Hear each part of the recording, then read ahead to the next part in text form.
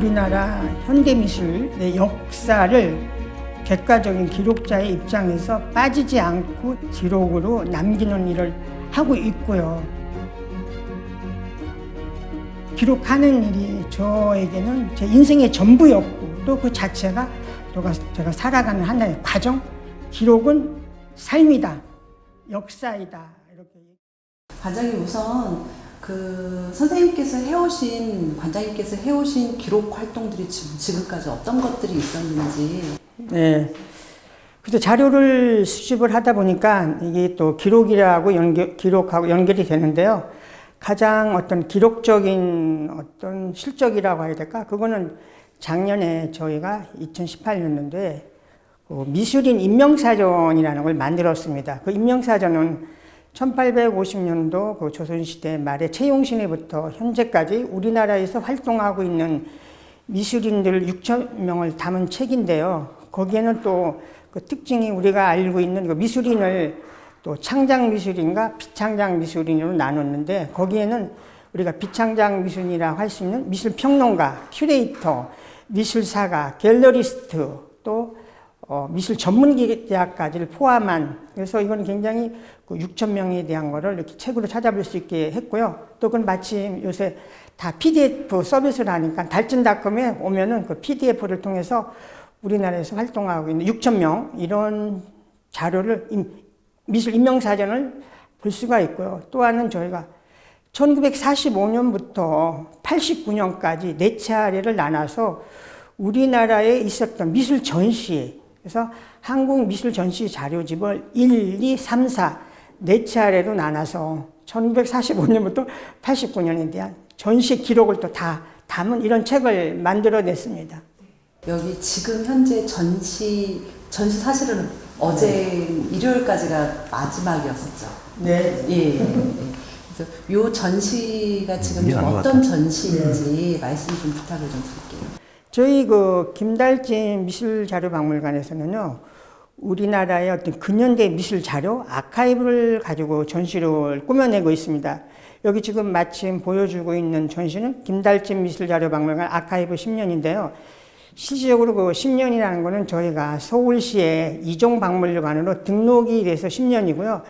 여기 보여주는 자료들은 정말 제가 중고등학교 때부터 40여 년간 모은 이런 아카이브를 일종의 카테고리별로 선정을 해서 우리 소장품 중에서 예를 들어서 하이라이트 전시라고 보시면 됩니다. 그래서 저희는 추구하는 것이 자료박물관이지만 저는 라키우비움을 추구하고 있습니다. 그래서 라이브러리 미술 도서관은 이따 올라가서 보실 미술정보센터가 2층에 있고요. 또 우리가 아카이브, 문서 이런 건 우리가 유명한 그 이완 선생님의 편지라든지 운부 김기창님의 편지, 이런 문서, 이런 또 아카이브를 가지고 있고요.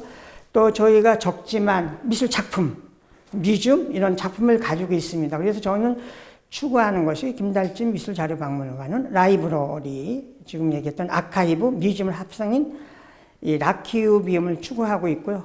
또 이런 거를 지금 교육하고 연결이 돼서 올해 저희가 7년차 라키우비움이라는 프로젝트를 일반인을 상대로 해서 그런 교육 프로그램도 운영하고 있습니다. 교육 프로그램을 교육 프로그램을 좀 꽤 오랫동안 이렇게 해오고 계시더라고요. 홈페이지 보니까요. 그래서 그런 처음 교육 프로그램을 좀 해야 되겠다라고 생각을 하셨던 뭔가 좀 계기가 있으셨을 것 같아요. 그러니까 이쪽에 이제 좀 선구자적인 일을 하다 보니까 이 아카이브라는 개념이 지금이야 이제 많이 확산돼서 대략 또 아카이브가 어떤 뜻인지는 알고 있지만 아직도 일반인들한테는 아카이브라는 용어 자체가 어렵고 낯설다 이런 생각들을 가지고 있습니다. 그래서 2013년에 제가 좀 주동이 돼서 이쪽에 관심 있는 분들하고 한국 아트 아카이브 협회를 만들었습니다. 그래서 저희 아트 아카이브 협회는 아무래도 예술도 장르가 굉장히 넓고 다루는 속성이 다르기 때문에 미술을 중심으로 했던 한국 아트 아카이브 협회를 2013년에 만들었고요. 그때부터 우리가 이 아카이브라는 거를 조금 더 확산을 시켜야 되겠다라는 생각이 들어서 김달진 미술자료박물관 교육 프로그램으로 2013년에 해서 매년 이제 그쪽에 어떤 권위자 전문가를 초청해서 저 이제 박물관에서 이 교육 프로그램을 해서 또 매년 그거에 대한 어떤 자료집 이런 걸 발간해서 축적해 가고 있습니다. 그 교육이 뭐 이렇게 그 아카이브라고 하는 용어를 사람들한테 좀 알리기도 하고 뭐 미술에 대해서 사람들한테 좀 친근감을 느끼게 하고 뭐 이러는 부분도 있겠지만 네. 조금 좀 또 다른 어떤 선생님의 그 관장님의 목표도 좀 있으실 것 같아요. 네. 그래서 그동안에는 우리가 어떤 한 작가를 연구를 한다든지 전시를 했었을 때는 예를 들어서 뭐 이중섭, 박수근, 김한기 그전에는 이런 전시 자체가 그분에 대한 작품만 가지고 전시를 했는데요. 요새는 약간 이 트렌드라고 할까? 그 아카이브 전시가 많이 활성화되어 있습니다. 그래서 예를 들어서 이중섭을 설명을 할 때 이중섭이가 그 일본인 아내와 결혼을 하고 또 한국 전쟁 때 가족들하고 헤어졌던 이런 얘기들을 많이 들었는데 그거를 실물로 볼 수 있는 그 당시 주고받았던 엽서라든지 이런 편지를 전시장 한쪽에 진열장 안에 이렇게 넣어서 보여주니까 그거를 보러 갔던 관람객들도 거기서 발길을 멈추면서 아, 이중섭이가 두 아들한테 보냈던 그 애틋한 사연 이런 거를 읽게 되죠. 그러면서 어떤 전시에 대한 관심이 더 증폭이 되고 또 연구자들은 그걸 통해서 더 깊이 이중섭이를 들여다볼 수 있기 때문에 그래서 이런 아카이브 또 아카이브에 대한 확산 이런 거에 좀 더 제가 관심을 가지게 됐습니다. 반응들은 좀 어떠세요? 그래서 예를 들어서 우리가 이제 김한기를 설명을 할 때 김한기의 그 점화 우리나라에서 지금 김한기의 최고가는 김한기가 깨고 있고요. 우리가 예를 들어서 이중섭 박수근도 중요하지만 그분들은 사실 남아있는 작품 자체가 많지 않기 때문에 이런 것들이 이런 옥션이라든지 이렇게 나올 확률이 좀 적어요. 근데 김한기 선생님 같은 경우는 예를 들어서 남아있는 작품이 많기 때문에 지금 우리 옥션에서 가장 핫한 작가가 김한기 선생님이고요. 뭐 지금 그 기록이 계속 깨지고 있는데요. 64만 원에서 작년에 홍콩에서 85억으로 한 점이 낙찰이 됐고요. 이번에 작년에 나왔던 빨간 조마가 지금 홍콩 경매에 나오는데 이걸로 100억까지 예상을 하고 있는데 그 기록이 깨어질지는 모르지만 그래서 김한기에 대한 우리가 작품은 많이 알고 있지만 저희 이제 소장품 중에는 김한기 선생님이 50년대에 했었던 어떤 팸플렛 또 그분이 그 제자한테 보냈던 그 애틋한 편지 이런 것들이 있으니까 사람들이 작품만 보고 있다가 여기 와가지고 이런 자료를 통해서 김한기, 이중섭의 다른 면면을 보니까 또 일반인들도 굉장히 관심을 많이 갖고 재미있어하고 흥미를 끌고 있습니다. 네, 선생님 이제 그러면 약간 좀 개인적인 이야기로 네. 좀 들어가서 선생님께서 어떻게 해서 기록 이런 수집 자료를 모으고 아카이브하게 되는 어떤 그런 어린 시절에 대한 이야기 좀 한번 좀 듣고 싶어요. 그래서 처음에 이렇게 중고등학교 시절에부터 네. 뭔가 수집을 좀 하셨다고 했는데 그때 이야기 좀 부탁을 좀 드릴게요. 그래서 그런 질문을 좀 종종 받게 되는데요. 이제 한 40여 년간 일을 하다 보니까. 그래서 사실은 그 당시에는 우리가 뭐 아카이브라는 용어 이런 것도 저도 모르던 뭐 학창 시절이니까요. 근데 그 당시 예를 들어서 우리가 피카소 그림 이거를 우리나라에서 원화를 본다는 걸 상상할 수가 없었었죠. 그러나 지금은 우리가 피카소의 그림, 그 원화를 뭐 예술의 전당에서 볼 수 있고 뭐 데이비드 호크니의 작품을 서울 시립미술관에서 볼 수도 있잖아요. 근데 그 당시 이 중학교 시절에 지금 그 주부생활, 여원이라는 이런 잡지에 칼라로 우리가 많이 알고 있는 레오나르도 다빈치의 모나리자 그림이 하나 나오고 르누아르 그림이 하나 나오고 피카소 그림이 하나 나오면 저는 그 명화, 인쇄된 작품을 뜯어서 모으는 재미 이거를 출발해서 그거를 계속적으로 하다 보니까 이런 것들이 발전이 돼서 이렇게 됐고요. 또 마침 나중에 제가 이제 월간 전시계라는 잡지사에 근무를 하면서 거기에서 인연이 되면서 이제 또 취재도 나가고 어떤 글을 쓰게 되면서 아, 이런 것들이 기록을 해야 된다 이런 생각을 많이 했습니다. 우리가 기억에는 한계가 있고 기록은 역사로 남는 것처럼 그래서 그걸 계속 그 당시 카드화 이런 걸 했기 때문에 그 당시 제가 한국 근대작고 미술관 인명록 이런 걸 연재를 했었어요. 근데 사실 그것이 기초가 됐기 때문에 28년 만에 저희가 2010년에 아까 얘기했던 책의 앞작업으로 대한민국 미술 인명록이라는 책을 한번 만드는 적이 있습니다. 그래서 28년간 내가 읽어가지고 책을 만들어야 된다는 것이 대한민국 미술 인명록이 나오고 그다음에 미술 인명사전으로 2차례 나와서 확대가 됐었던 겁니다.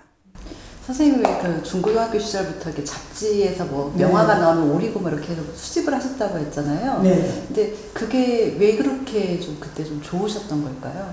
그러니까 그게 처음에는 뭐 그것만 모았던 게 아니고요. 우리가 얘기한 기념우표 이런 것도 모아봤고, 그 영화 프로 또 더군다나 뭐 껌상표, 담뱃값 이런 것도 모았었어요. 근데 우표 수집 같은 것도 많은 사람들이 하고 있고 어느 정도 그걸 많이 모으다 보니까 그 다음에 그냥 또 제 성격이 좀 내성적이었다고 하고 그래서 저는 그렇게 그 그림 모으는 거 거기에 이제 더 올인해서 그거를 이제 보통은 뭐 수집이라는 걸 하다 보면 중간에 버린다든지 그만두게 되는데 그걸 온리 그거를 해왔기 때문에 이런 것들이 발전해서 오늘날 이렇게 많은 어떤 선구자적인 역할을 하지 않았나 이런 생각을 가지고 있습니다.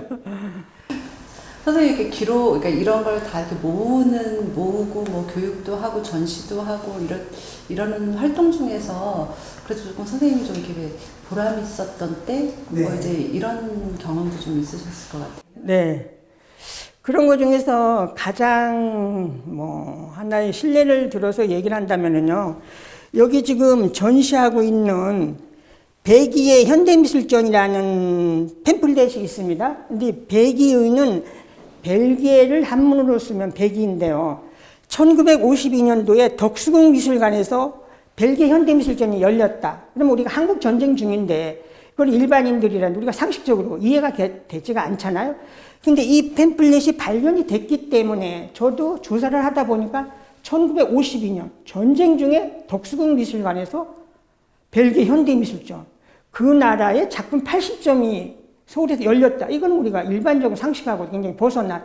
그래서 이런 것들이 하나하나 이렇게 찾다 보니까 이게 어떤 역사의 퍼즐 맞추기, 꿰어 맞추기 이런 거에 굉장히 적합하게 되더라고요. 그래서 이런 거에 대해서는 더 관심과 이런 기록 이런 거에 더 치중하지 않았나 이런 생각을 했습니다. 선생님이 막 그렇게 막 이런 걸 수집을 하시고 이럴 때 주변 분들 반응은 좀 어떠셨어요?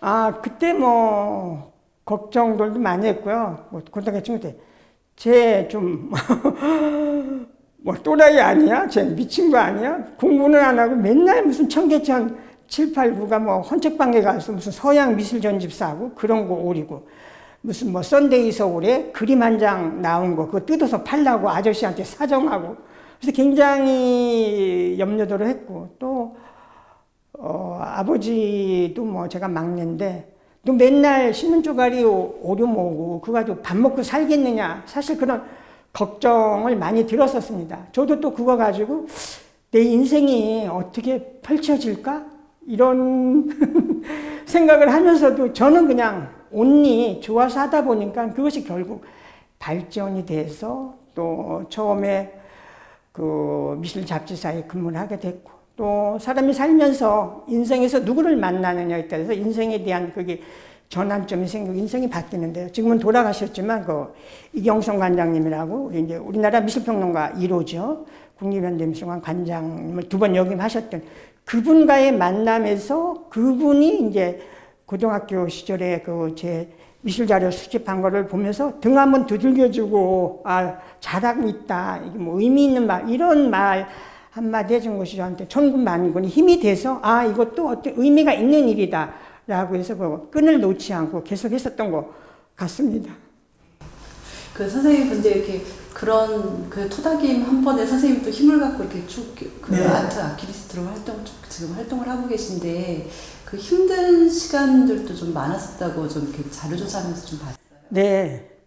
그 당시 이제 제가 이제 국립현대미술관 근무할 때인데요. 그 당시 이제 덕수궁 시절이에요. 그래서 그 당시 뭐 자료실도 사실은 없었고요. 제가 이제 근무하면서 국립현대미술관에 이제 자료실이라는 걸 하나의 그거가 생겨났죠. 근데 이제 그때 보니까 이렇게 외부에서 오는 팸플릿 같은 게 이제 붙여오면은 모아두고 그렇지 않고서는 또 되는데 제 생각에 아, 이거를 우리가 적극적으로 나가서 수집을 해서 이걸 보존을 해야지 상대방에서 붙여주면 모아놓고 그게 아니라는 생각이 들어서 이제 윗분들한테 출장을 나가겠다 이런 얘기를 처음에 꺼냈을 때는 약간 시큰둥하고 출장 나가면 뭐 놀러 나가는 거 바람 쐬러 나가는 거 아닌가 이런 얘기 우스갯소리까지 했는데 저는 그게 꼭 필요하다라는 걸 해서 또 그게 받아들여졌습니다. 그래서 매주 금요일이면 아침에 미술관에 가서 출근카드에 도장을 찍고 이제 인사동, 동숭동 이런 데를 다니면서 이제 쇼핑백 메고 수집을 하러 다녔죠. 그 당시엔 또 우리가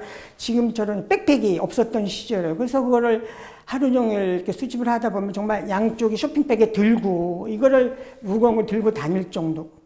또 어떤 분들은 저한테 그걸 이렇게 무겁게 가져가느냐, 그거 갖다 뭐 하려고 이렇게 열심히 수집을 하느냐, 이렇게 저한테 돌아가시는 소나랑의 김창실 사장님이 그런 질문도 하셨는데, 결국은 저는 그걸 갖다가 제 나름대로의 어떤 기준에 의해서 그걸 남기고 기록을 하고, 또 제가 지금 와서 이렇게 돌이켜보면 저가 가지고 있었던 것 자체가 이 자료를 활용할 줄 알았다는 그런 생각을 하고 있습니다. 그냥 모아놨으면 그것이 끝났을 수 있는데, 저는 그걸 가지고 데이터 분석, 어떤 현상파 이런 걸 해가지고 글을 굉장히 많이 썼습니다. 그래서 우리나라 미술공모전 60개 실상과 허상, 우리나라의 미술상 30개의 실태를 분석한다.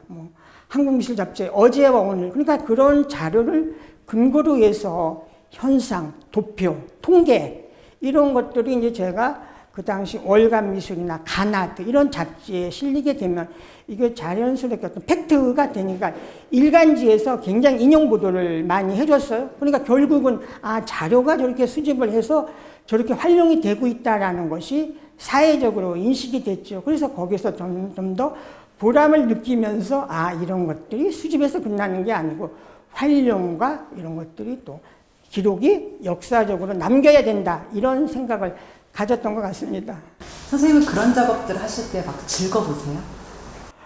그래서 그거가 이제 어떤 경우는 예를 들어서 어떤 작가가 내가 국정에서 몇 회 때 뭐 특선을 했다 이렇게 얘기를 하는데, 그것이 어떤 경우는 이제 오래되면 기억이라는 한계가 있기 때문에 내가 63년에 했나? 64년에 했나? 이런 거에 대해서 혼돈과 착각이 있을 수 있죠. 근데 그거는 저는 이제 워낙 자료를 많이 찾고 다루다 보니까 누구보다 정확하게 그런 기억, 또 이런 것도 좀 비상하다고 할까?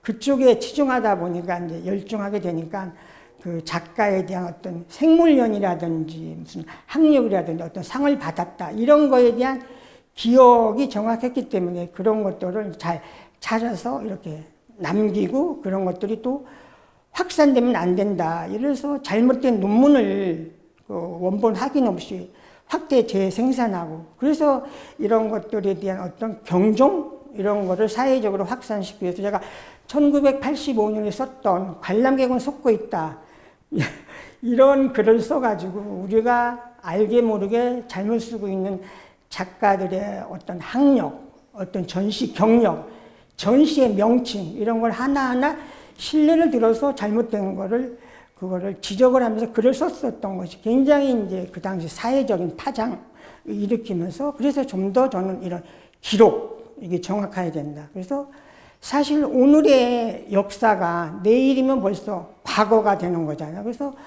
오늘의 정확한 기록이 내일이면 정확한 역사로 남는다. 제가 이런 말을 할 정도로 지금 있는 거에 대해서 충실히 기록을 하자.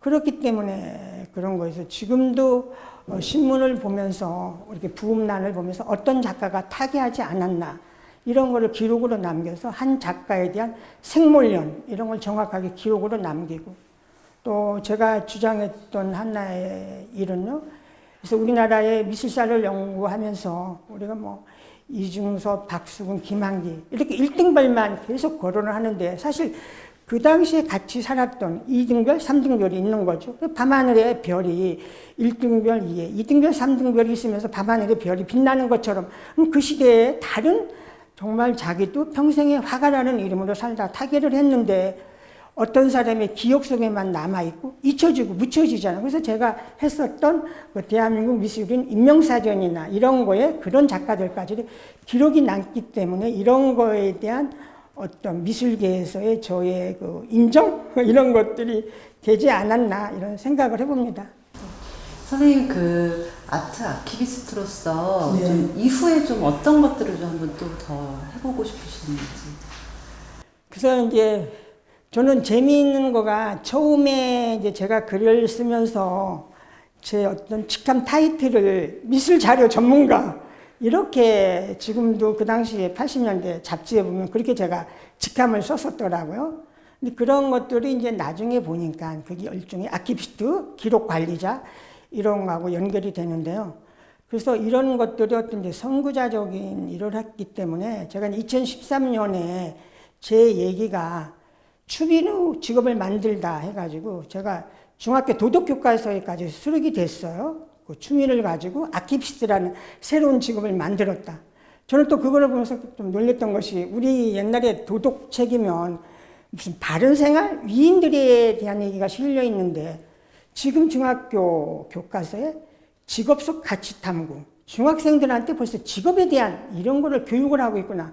아, 세상이 이렇게 바뀌었구나. 이런 걸 실감을 했어요. 그래서 거기에 하나의 사례로 김달진이라는 사람이 이렇게 옛날에는 정말 신문 이런 것만 모았는데 이것이 아키비스트라는 직업하고 연결됐다. 그래서 교과서에까지 수록이 됐고요. 그래서 지금 한국 아트 아카이브 협회를 만들어서 이렇게 하고 있는데요. 굉장히 어려운 점이 예를 들어서 큐레이터라는 건 독립 큐레이터가 있어서 그거는 개인적인 활동이 가능합니다. 그래서 자기가 어떤 전시 기획을 해서 어느 미술관이나 화랑에서 이렇게 전시를 할 수 있지만 아키비스트라는 거는 기관 베이스가 없으면 어디 가서 일을 하기가 어렵잖아요. 자기가 수집을 해서 그것이 어떤 사회적으로 저 같은 경우는 특별한 케이스이죠. 그러니까 그분들이 지금 정보기록학과 대학원에 정보기록대학원 또 문헌정보학과에서 또 이쪽으로 오기도 하고 또 어느 규모의 관공서에서 기록관리사를 한 명 이상 채용하게 되어 있잖아요. 그런데 아직 미술 쪽에서의 아키비스트들은 해야 될 이런 직장이 연결이 안 되기 때문에 그 사람들이 와서 이제 강의도 많이 듣고 하는데 이게 직업하고 연결이 안 돼서 좀 아쉽다. 그러니까 우리나라도 그 등록 박물관 미술관에 큐레이터 한 명만 이렇게 둬야 될 게 아니라 또 큐레이터, 전시 기획자하고 기록 관리사는 다르기 때문에 법적으로 우리나라에서도 이런 미술관, 박물관에도 우리가 얘기한 아키비스트 한 명을 의무적으로 채용해줘야 되지 않을까, 채용해야 된다는 걸 얘기하고 싶고요. 이런 날이 또 오기를 기다려봅니다. 선생님, 그러면 이제 저희가 드리는 마지막 질문인데, 네. 선생님께 이 기록이라고 하는 건 무엇일까요?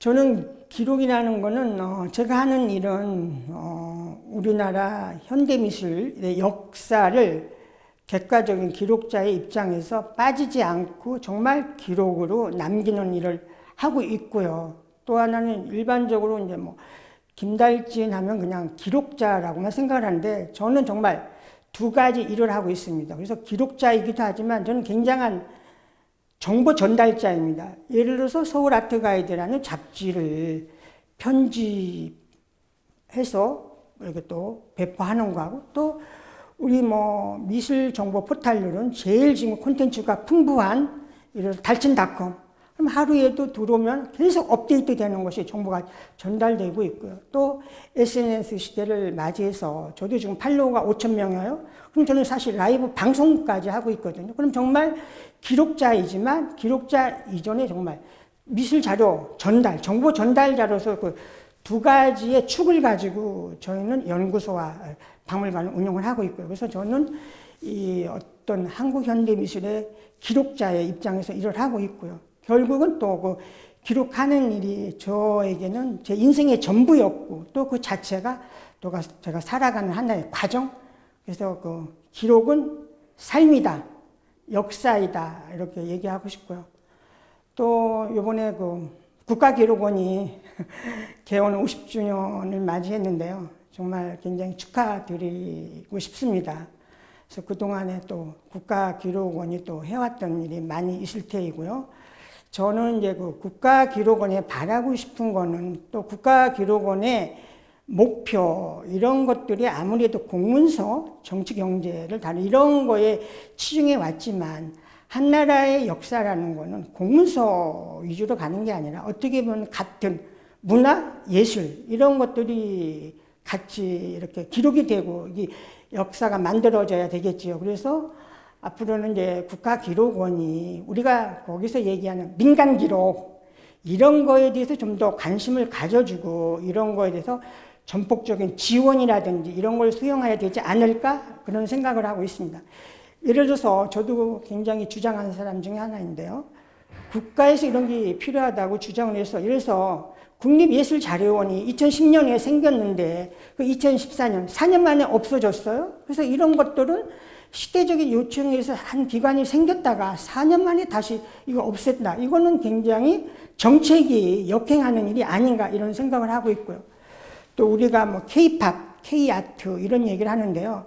또 우리나라 지금 단색화가 세계적으로 많이 뜨고 또 비싸게 또 거래도 되고 이렇게 하고 있는데 결국 이런 것들이 우리 한국 미술의 독창성, 정체성 이런 걸 보여주고 외국에 얘기할 때는 그런 것들을 담론의 기초가 되는 우리 미술 아카이브에 대한 이런 거에 대한 관심이 더 가져져야 된다고 봅니다. 그래서 그 미술 아카이브는 우리 미술이 서양 미술과 어떻게 다른가 이런 독창성을 보여주고 또 미술계에서 항상 문제가 되고 있는 진위, 위작 시비에 가장 바로메터가 되고 증거물이 될 수 있는 것이 아카이브이기 때문에 결국은 이런 미술 아카이브에 대한 이런 것도 관심을 가져서 확대해야 되지 않나.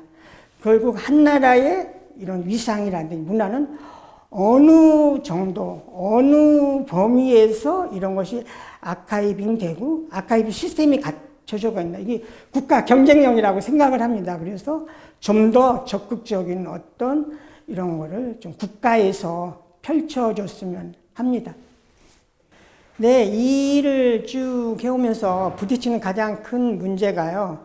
저희가 이렇게 민간 기관, 민간 연구소이기 때문에 물리적인 어떤 공간, 수장고가 부족을 해서 정말 자료 수집을 하더라도 이것을 저장, 보존해야 될 이런 공간이 부족한 문제하고요.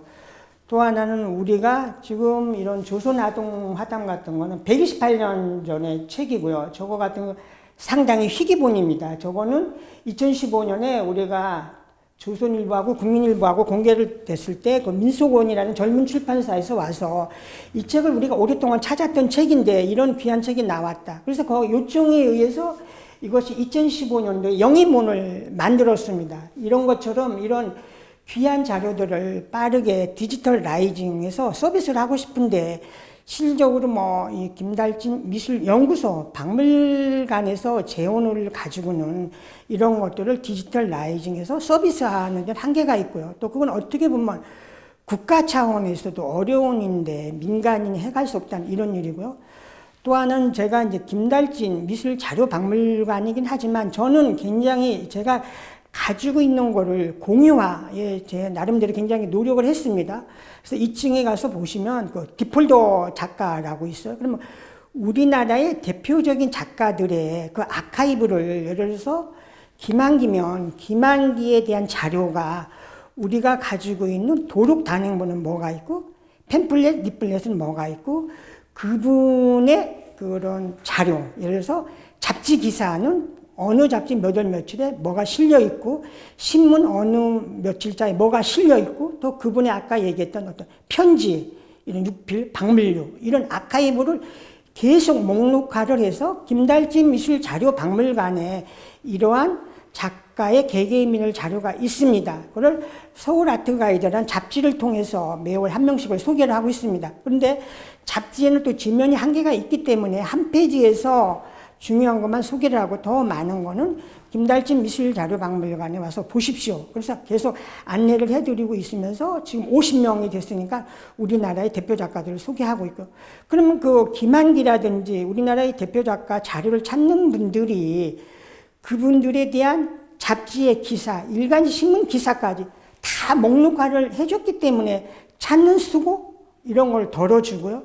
더 특히 그 기사의 원본을 김달진 미술자료박물관에서 볼 수가 있으니까 정말 이거는 굉장히 중요한 시간 전략과 또 이 자료 자체가 제 후에라도 후손들한테 그대로 보존이 되는 거죠. 그래서 저는 제가 또 목표로 하는 일 중에 하나는 이게 김달진이 개인이 아니라 이건 우리가 후손들한테 넘겨줘야 될 우리가 문화유산 저는 그런 생각을 가지고 있으면서도 직원들에게 또 그런 걸 독려하기도 하고 그런 의식을 불러 넣어주기에 힘쓰고 있습니다.